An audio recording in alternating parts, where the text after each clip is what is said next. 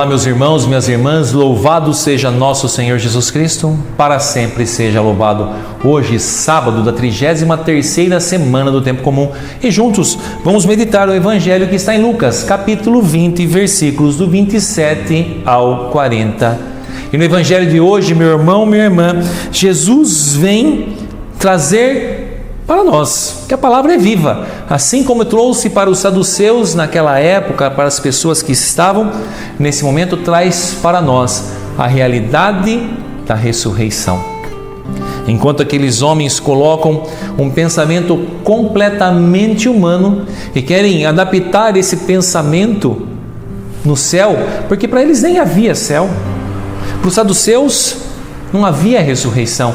Então Jesus aproveita daquele momento para mostrar a eles que o nosso Deus não é um Deus dos mortos, onde tudo acaba, mas é um Deus dos vivos, porque nós fomos feitos para a vida eterna.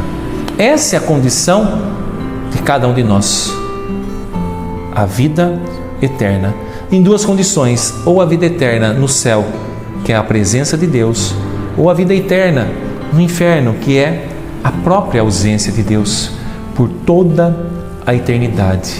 Então, que cada vez mais possamos ir tirando de nós todo o pensamento humano, todo o desejo humano, para que nós possamos cada vez mais buscar as coisas do alto, cada vez mais manter os nossos olhos voltados para o céu, na esperança de que Jesus, ressuscitando, vence a morte, e ressuscitado, ressuscita cada um de nós. Assim como na sua morte nós morremos para o pecado, na sua ressurreição nós vivemos para a vida eterna no céu, na presença de Deus.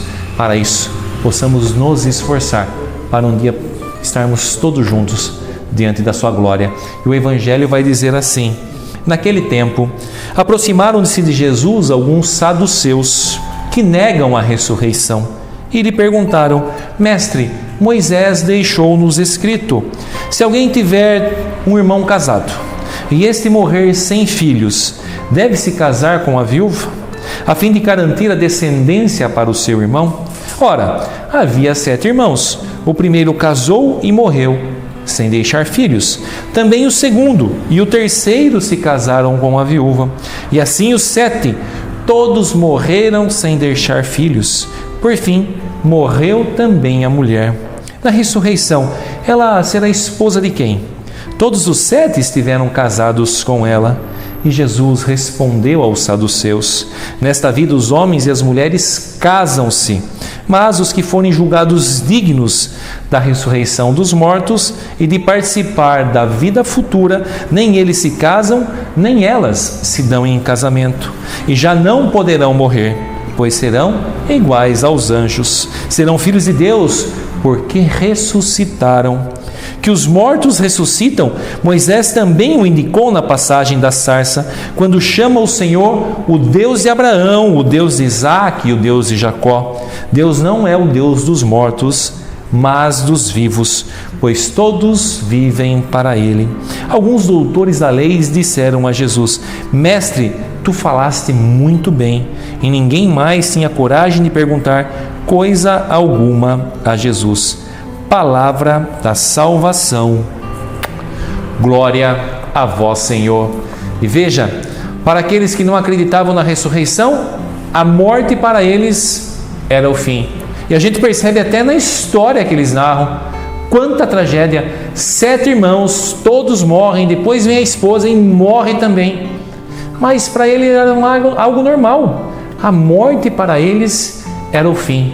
Mas Jesus vem trazer uma nova dimensão, vem trazer um novo olhar para esses homens, dizendo que aqui realmente nesse mundo as coisas acontecem dessa forma. Existem os vínculos matrimoniais, existem os vínculos paternais, mas o que Jesus deixa claro, que após a ressurreição, quando estivermos lá no céu, esses vínculos não acontecerão mais, não serão mais necessários, estaremos todos na presença de Deus, estaremos ali todos livres simplesmente para adorar o nosso Deus no céu, o lugar que Deus preparou para todos aqueles que o amam.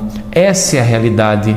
E Jesus vem trazer claramente isso aí, quando ele fala da passagem de Moisés, e que vai dizer: o nosso Deus, o Deus de Abraão, o Deus de Isaac e o Deus de Jacó. Um Deus dos vivos, um Deus daqueles que hoje estão na sua glória, na sua presença, e que um dia, com certeza, pela sua misericórdia, pela sua compaixão e pela nossa entrega também, poderemos estar na tua presença.